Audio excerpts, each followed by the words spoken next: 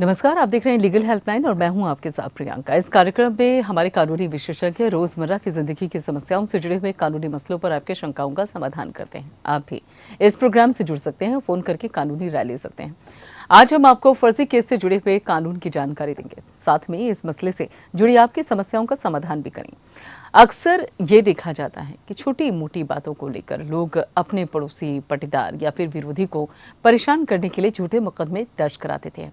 किसी अप्रिय घटना के घटित होने पर पीड़ित व्यक्ति द्वारा पुरानी रंजिश के विरोधियों को बेवजह फंसा दिया जाता है। अगर आपके खिलाफ रिपोर्ट, गवाह, सबूत भी गढ़ लिए गए हैं तो भी घबराने की जरूरत नहीं है। याद रखिए, अगर आप पर किसी ने आरोप लगाए हैं तो उन्हें साबित करने का भार भी उसी व्यक्ति पर है। इससे डरने की जरूरत नहीं, बल्कि धैर्य से काम लेना होगा। पुलिस रिपोर्ट, गवाह और सबूतों के आधार पर अपनी विवेचना करके आरोप पत्र प्रस्तुत करती है। इसका जवाब आप अदालत में अपने वकील के माध्यम से दे सकते हैं। एक अच्छा वकील करें, अपना पक्ष मजबूती से इस तरह रखें कि प्रतिपक्ष का एक एक आरोप गवाह अदालत में धराशायी हो जाए। भारतीय दंड संहिता की धारा 194 के अनुसार मृत्यु से दंडनीय अपराध के लिए दोषी सिद्ध करने के आशय से मिथ्या साक्ष्य करना एक गंभीर अपराध है। फर्जी केसेस से जुड़े और भी कई धाराएं हैं जो कि ऐसी घटनाओं को होने से रोकती हैं। आज हम इसी पर चर्चा करेंगे।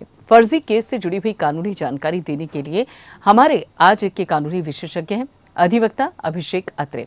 बहुत बहुत स्वागत है अभिषेक जी आपका इस कार्यक्रम में। लेकिन साथ ही अपने दर्शकों को हम ये भी बता दें, उसके बाद आपसे सवाल लेते हैं कि साथ ही अभिषेक जी आपको फर्जी केस से जुड़े हुए कानून की जानकारी देंगे, और अगर आप फर्जी केस से जुड़ा कोई भी सवाल आपके जहन में है और उसका आप जवाब चाहते हैं तो फोन करके आप राय ले सकते हैं। हमारा फोन नंबर है 7065013841 8377009636। दोनों में से किसी भी नंबर को डायल कीजिए। तो आज हम आपको बता दें कि लीगल हेल्पलाइन में आप किस समस्या से जुड़ी हुई अपने सवाल पूछ सकते हैं। यह है फर्जी केस से जुड़ी कानूनी जानकारी, यानी कि जो फर्जी केस होते हैं उससे जुड़ी हुई आपको कोई भी जानकारी चाहिए, कोई भी सवाल आपके जहन में है तो 7065013841 8377009636 ये दोनों नंबर से दोनों में से किसी भी एक नंबर को डायल कीजिए और सवालों का आप जवाब ले सकते हैं। तो हमारे साथ हमारे खास मेहमान जुड़े हुए हैं और उनसे ही सवाल पूछते हैं कि आखिर अगर फर्जी केस को कानून होता है तो इसको आखिर परिभाषित कैसे किया जा सकता है। अभिषेक जी, फर्जी केस को कानून आखिर परिभाषित कैसे करता है, किस तरीके से, किस नजरिए से देखता है ये? देखिए, सिविल में मैलिशियस प्रोसिक्यूशन नाम का वर्ड हम यूज करते हैं। अगर किसी केस में गलत जजमेंट आपको लगता है कि कोई फॉल्स केस था, जजमेंट आने के बाद आप मैलिशियस प्रोसिक्यूशन का सूट फाइल कर सकते हैं, उसमें आप मुआवजा ले सकते हैं। लेकिन यहाँ साथ साथ मैं बता दूं कि आईपीसी में बहुत सारे प्रोविजंस हैं, आईपीसी और सीआरपीसी में, जहां वो ज्यादा इफेक्टिव होते हैं। सेक्शन 340 सीआरपीसी में अगर हम कंप्लेंट फाइल कर सकते हैं कोर्ट के सामने ही, चाहे प्रोसीडिंग सिविल हो या क्रिमिनल हो, दोनों पे एप्लीकेबल होता है। अगर आपके अगेंस्ट कोई फॉल्स एविडेंस पेश करता है, फॉल्स स्टेटमेंट देता है या कोई फैब्रिकेट करता है, तो उसके लिए 340 सीआरपीसी में प्रोसीजर दिया है। और जो ऑफेंसेज हैं वो 193 से 196, 199 से 211, 463, 471, 475, 476, 228, ये सारे प्रोविजंस एप्लीकेबल होते हैं। और यहाँ 3 साल से लेकर लाइफ इम्प्रिजनमेंट तक की सजा है। अगर किसी को सपोज करो फॉल्स एविडेंस देने पे कोई मर्डर केस में या डेथ केस में का पनिशमेंट होता है तो डेथ तक का भी पनिशमेंट है। तो फॉल्स केसेस के लिए जहाँ 193 है पनिशमेंट फॉर फॉल्स एविडेंस, वहाँ 3 years का सेंटेंस है।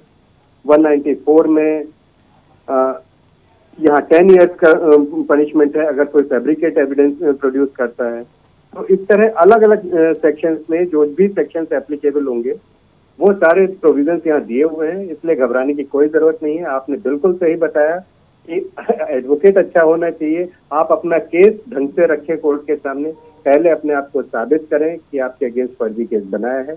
और आपको किसी भी स्टेज पे अगर ये दिखाई देता है कि आपके अगेंस्ट कोई आदमी फॉल्स स्टेटमेंट दे रहा है या फॉल्स डॉक्यूमेंट प्रोड्यूस कर रहा है या कोई फैब्रिकेटेड डॉक्यूमेंट या इलेक्ट्रॉनिक रिकॉर्ड प्रोड्यूस कर रहा है, तो उसके अगेंस्ट सफिशिएंट प्रोविजंस मौजूद हैं आईपीसी में और अच्छे से पनिशमेंट दिला सकते हैं। बिल्कुल, लेकिन यहाँ पर अभिषेक जी अगर देखा जाए कि किसी को अगर लगता है कि उसके खिलाफ कोई फर्जी शिकायत की गई है, तो फिर कानूनी प्रक्रिया किस तरीके की है? सीधे जाकर वकील से संपर्क किया जाए या फिर जिस तरीके का पूरा प्रोसीजर हो वो एक बार बताने की? हाँ, तो वो वही देखना पड़ेगा कि सेक्शन के अंदर में आ रहा है वो केस। अगर फर्जी केस फाइल किया है तो कुछ ना कुछ तो फॉल्स स्टेटमेंट दिया होगा ना। तो पहले तुम्हारे पास ये मटेरियल भी तो होना चाहिए जिससे साबित कर सको ये फॉल्स स्टेटमेंट है या ये डॉक्यूमेंट फॉल्स है। उसके साथ में आप कंप्लेंट फाइल कर सकते हैं। इसके अलावा आप पैरेलल प्रोसीडिंग्स 156(3) में 200 CRPC में भी जा सकते हैं। अगर कुछ फॉल्स स्टेटमेंट या फॉल्स एविडेंस प्रोड्यूस किया है तो 463, 471, 475 में भी आता है, जो सेपरेट ऑफेंसेस भी है। लेकिन अगर कोर्ट के सामने कोई ऐसे डॉक्यूमेंट प्रोड्यूस होते हैं तो 340 CRPC का सहारा लिया जाता है। अदरवाइज हम नॉर्मल 156(3) के थ्रू भी केस फाइल कर सकते हैं। उसमें पुलिस के पास पहले कंप्लेंट करना, पुलिस अगर FIR नहीं लिखती है तो 156(3) में मजिस्ट्रेट के पास जाना, 200 CRPC में मजिस्ट्रेट कॉग्निजेंस ले सकते हैं। तो पूरी प्रोसीडिंग्स उस तरह से चलेगी। बिल्कुल। और यहाँ पर अगर मान लीजिए अभिषेक जी कि अभी किसी के खिलाफ जो छोटी FIR है वो लिखवा दी जाती है, तो क्या उस FIR के स्तर तक बचने का कोई रास्ता होता है? हाँ, अगर आपके पास एविडेंस है तो FIR की क्वेश्चनिंग के लिए हम हाई कोर्ट में 482 का रास्ता खुला है। 482 CRPC में चैलेंज की जाती है FIR। वहाँ आपको साबित करना होता है कि ये FIR इस तरह से गलत फैक्ट से लिखी गई है, where real fact are this. तो वो रियल फैक्ट प्रोड्यूस करेंगे तो कोर्ट में, हाई कोर्ट से क्वेश्चनिंग होती है। यानी जनरली काफी क्वेश्चनिंग होती है।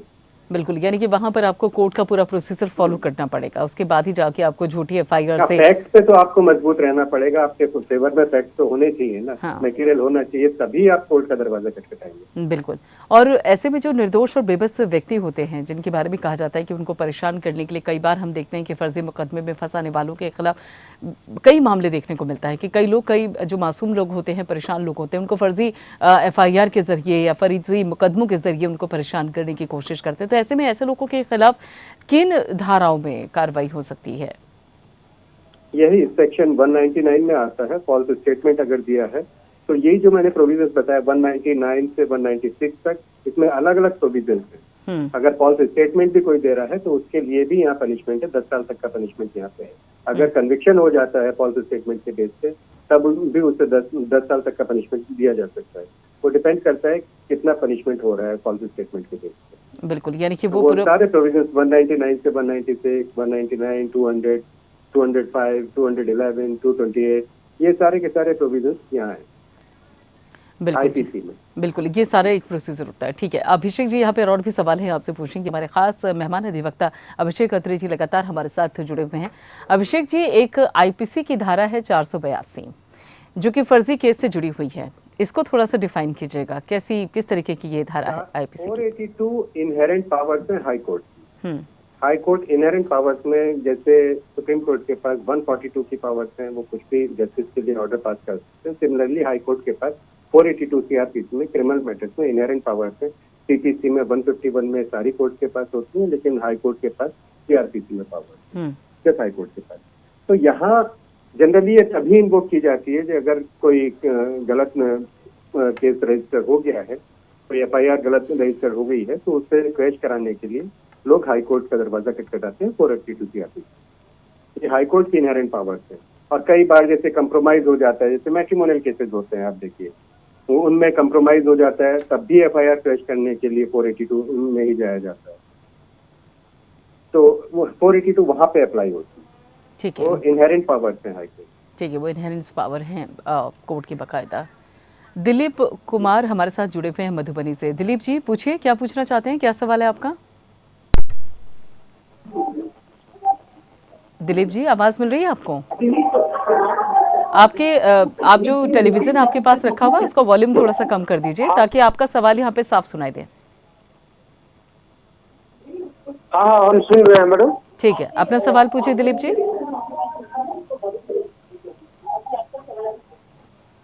अच्छा, चलिए, यहाँ पर संपर्क नहीं हो पा रहा है उसे। और हरियाणा से हमारे एक दर्शक जुड़ गए हैं, उपेंद्र जी। उपेंद्र जी, पूछिए। सुरेंद्र जी, सवाल पूछिए अपना। सर नमस्कार सर। हाँ, नमस्कार सर। नमस्कार सर। जी, अपना सवाल पूछिए सुरेंद्र जी, जल्दी से, वक्त कम है। Sir sir sir sir sir मेरा नाम बलिंदर कुमार है सर। मेरा क्या था सर, मेरा एक छोटा सा कसूर था। एक हेलो जी, आपकी आवाज मिल रही है, जल्दी से सवाल पूरा कीजिए अपना। मैडम मेरा एक प्रश्न है सर। मैडम मेरा एक छोटा सा रिक्वेस्ट था जी। कि मेरे खिलाफ विधायक, हमारे यहाँ के विधायक ने गलत 3 मुकदमे दर्ज करा दिए। उसमें क्या था, एक माइनिंग का मुकदमा, एक उसमें लीगल मुकदमा आगजनी का लगा दिया मेरे ऊपर। मैंने सिर्फ उसकी एक कंप्लेंट की थी, उसने हमारे यहाँ पे इलीगल माइनिंग करवाई थी सर मैडम। जी जी जी, अभिषेक जी। जी, तो उसके लिए आप हाई कोर्ट में, वही जैसे अभी हमने बताया कि हाई कोर्ट में 482 सीआरपीसी में आप क्वेश्चन फाइल कर सकते हैं। और गलत मुकदमा लगा दिया है तो आप पहले तो बेल भी अप्लाई करेंगे, अगर केस रजिस्टर हो चुका है आपके अगेंस्ट तो वो भी आपको अप्लाई करना पड़ेगा। एंटीसिपेटरी बेल के प्रोविजंस भी हैं तो पूरे इंडिया में, पहले यूपी उत्तराखंड में नहीं होते थे, वहाँ पे भी हैं। तो आपको एंटीसिपेटरी बेल भी मिल सकती है और अपने फेवर में आपके पास अगर मटेरियल है, कुछ एविडेंस है तो आप उनके अगेंस्ट भी केस फाइल कर सकते हैं। चलिए, उम्मीद है कि बलिंदर जी को उम्मीद है कि बलिंदर जी को उनके सवाल का जवाब मिल गया होगा। लगातार कॉलर्स भी हमारे साथ जुड़ रहे हैं। अभिषेक जी, इससे पहले कि मैं सवाल पूछूं आपसे, एक उस सवाल को पूछने से पहले, एक आपने अभी थोड़ी देर पहले एक बात कही थी कि अगर किसी ने आरोप लगाए हैं तो उन आरोपों को साबित करने का जो भार होता है वो उसी व्यक्ति पर होता है। तो एक बार मैं चाहती हूँ कि आप इस तथ्य को थोड़ा सा क्लियर कर दें, थोड़ा सा साफ कर दें, उसके बाद मैं अगला सवाल पूछूं आपसे। हाँ, देखिए, सिविल और क्रिमिनल केसेस में एक चीज होती है, burden of proof. Burden of proof criminal cases में हमेशा प्रोसिक्यूशन पे होता है। प्रोसिक्यूशन मीन्स जो आदमी आरोप लगा रहा है वो प्रोसिक्यूटेड हुआ और प्रोसिक्यूशन स्टेट होती है। तो बेसिक मुकदमे जो चलते हैं वो स्टेट बनाम करके चलते हैं, सरकार बनाम तो एंड तो वहाँ ऑनर्स इनके ऊपर है, स्टेट के ऊपर, वो एविडेंस के बेस पे केस साबित करेगा एक्यूज के अगेंस्ट। तो यहाँ जो क्रिमिनल केसेस में है वो एक जो डिग्री होती है ये डिस्चार्ज करने की, वो हमारे यहाँ कहते हैं बियॉन्ड रीजनेबल डाउट। और सिविल केसेस में होता है प्रिपॉन्डरेंस ऑफ प्रोबेबिलिटीज। वहाँ अगर प्रोबेबिलिटीज भी हैं और वो ज्यादा है, इस हद में है, तो जिसके हक में प्रोबेबिलिटीज ज्यादा है वहाँ उसके फेवर में कोर्ट डिसाइड करेगी। लेकिन क्रिमिनल केसेस में बियॉन्ड रीजनेबल डाउट ही केस साबित होना चाहिए, तभी के कोई सजा दी जा सकती है। क्योंकि क्रिमिनल केसेस पर्सनल लिबर्टी से जुड़े हुए होते हैं। यहाँ सिर्फ फाइनेंशियल मैटर्स नहीं होते लाइक सिविल मैटर्स, या कोई राइट्स की लड़ाई नहीं है, यहाँ तो आदमी की पर्सनल लिबर्टी की लड़ाई है। तो इसलिए बर्डन ऑफ प्रूफ ज्यादा है। तो ऐसे ही सिर्फ फर्जी केस लगाना, और जनरली फर्जी केस टिक नहीं पाते हैं। कहीं ना कहीं आदमी आके जब एविडेंस की स्टेज आती है, क्रॉस एग्जामिनेशन का पर्पस भी होता है, क्रॉस एग्जामिनेशन में एक के बाद एक चीजें जब निकालते हैं तो कहीं ना कहीं आदमी घूम ही जाता है और कुछ ना कुछ अपने खिलाफ बोल ही जाता है, या कोई ना कोई एविडेंस तब तक एक्यूज के पास आ जाएगा जिससे वो साबित कर सके ये विटनेस झूठ बोल रहा है। बिल्कुल। अभिषेक जी यहाँ पर गुजरात से एजाज हमारे साथ जुड़े हुए हैं। एजाज, अपना सवाल पूछिए जल्दी से। एजाज, आवाज मिल रही है आपको?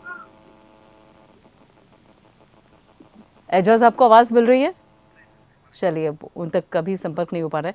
खैर, मेरा जो अगला सवाल है आपसे अभिषेक जी, यहाँ पर देखा जाए तो कई बार जो फर्जी केस करते हैं और मान लीजिए ये साबित हो जाता है कि उनका जो केस है वो फर्जी है, आपने बताया भी कि बाकायदा उनके खिलाफ भी जो है सज़ा मुकम्मल होती है, आप सज़ा उनको मिल सकती है, लेकिन क्या जिसके साथ ये शोषण हुआ है, देखिए जब फर्जी मामला किसी के खिलाफ दर्ज करवाया जाता है तो कोर्ट के चक्कर वो भी काटता है और बाकायदा उसका समय और पैसा दोनों बर्बाद होता है। तो ऐसे में क्या मुआवजे की भी कोई स्थिति होती है जिसके खिलाफ फर्जी केस किया गया? उसके लिए मुआवजे के लिए रिट फाइल करके हम सरकार से भी मुआवजा मांग सकते हैं। क्रिमिनल मैटर्स में अगर आदमी जेल में रहा है किसी फर्जी केस में और ये जजमेंट आने के बाद ही डिसाइड होता है कि अपेरेंटली फॉल्स केस था, बिना एविडेंस के, और आदमी को रहना पड़ा, तो इस तरह के भी कई जजमेंट्स हैं कि कोर्ट स्टेट को भी डायरेक्शंस देती है हम मुआवजा देने के लिए, और अच्छा खासा मुआवजा मिलता है। मैलिशियस प्रोसिक्यूशन का सूट तो हम उस आदमी के अगेंस्ट फाइल कर ही सकते हैं, लेकिन सरकार से मुआवजा लेने के लिए हम रिट भी फाइल कर सकते हैं और उस पर बहुत सारे जजमेंट्स हैं। बिल्कुल, यानी कि ये एक मुआवजे की जो स्थिति है वो बाकायदा इसमें बनी हुई है। लेकिन एक परिस्थिति से तो आप भी इनकार नहीं करेंगे अभिषेक जी कि कई बार ऐसा होता है कि कई जो ऊंचे तबके के लोग होते हैं वो कमज़ोर या गरीब लोगों के खिलाफ भी कई बार देखने को मिलता है कि उनके खिलाफ फर्जी मुकदमे दर्ज होते हैं अपने फ़ायदे के लिए। ऐसे में ना उनके पास पैसा होता है और ना ही इतना सामर्थ्य होता है कि वो कोर्ट के चक्कर काट कर अपनी बात को सही साबित कर सकें। ऐसी स्थिति में भी क्या कोई उनकी मदद के लिए किसी तरीके का हाथ है, किसी तरीके का रास्ता है जिसके चलते वो मदद पा सके?